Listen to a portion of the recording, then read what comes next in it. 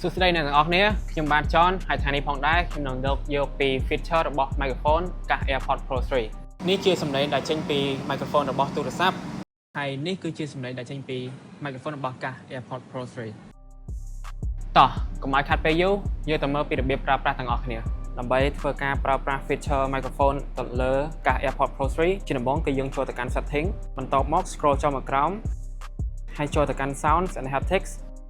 បន្តមកទៀតគឺយើងចូលទៅកាន់ input ហើយ switch ទៅកាន់កាស AirPods Pro 3របស់អ្នកទាំងអស់គ្នា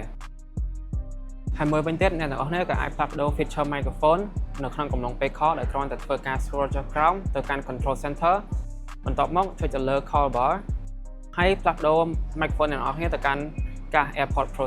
3ហើយចំពោះមុខងាររបស់ microphone នេះផងដែរក៏មានមុខងារមួយទៀតគឺ voice isolation ដែលវាអាចជួយកាត់បន្ថយ noise background ល្អជាងមុន